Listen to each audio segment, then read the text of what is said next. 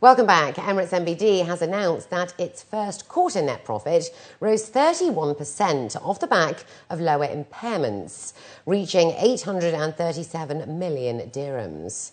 RAK Bank also reported a net profit of 367.98 million dirhams for the quarter, a 13% growth over the same period last year.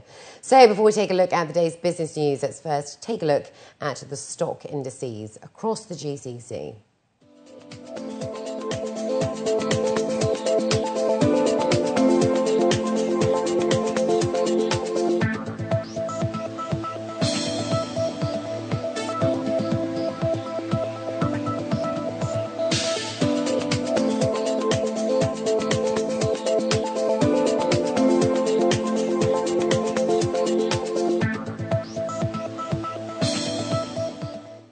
And in our top business story, the UAE topped the region in terms of the total value of disclosed domestic merger and acquisition deals, making up around 54%, worth $2.2 billion. The UAE was then followed by Qatar at 21%, with $880.4 million. According to Ernst & Young's MENA Mergers and Acquisitions update in the domestic space, the UAE also led the number of acquisitions with 11 deals, while Saudi Arabia, Qatar and Kuwait followed with 7 acquisitions each. The figures also showed that the total value of disclosed mergers and acquisitions in the MENA region rose from $7.3 billion in Q1 2012 to $14.6 billion in Q1 2013, increasing by 100%. Experts say that the increase can be attributed to growing investor confidence, improvement in the access to credit, relatively better convergence in pricing between investors and sellers, and a hint of improved macroeconomic conditions.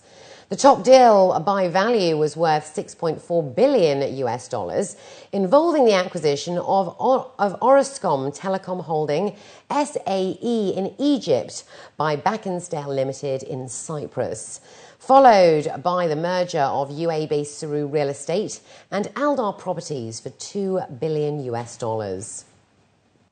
Etihad Airways has announced that it will acquire a 24% stake in India's Jet Airways for $379 million. According to a statement, the Abu Dhabi-based carrier stated that the agreement will translate to passenger benefits with expanded code-sharing, creating a combined network of 140 destinations. The tie-up is still subject to shareholder approval. However, should the deal go ahead, the airlines will expand existing operations and introduce new routes between India and Abu Dhabi.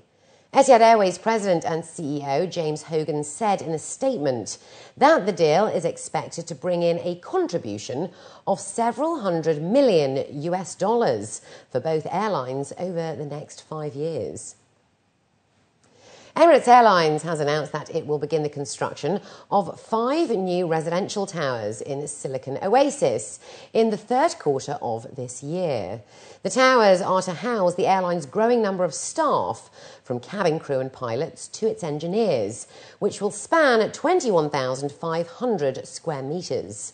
Mohammed Al Zarouni, the Vice Chairman and Chief Executive of the Dubai Silicon Oasis Authority, and Ali Mubarak Al Suri, Emirates Executive Vice President for Facilities and Projects Management, signed the agreement to build the towers on Wednesday.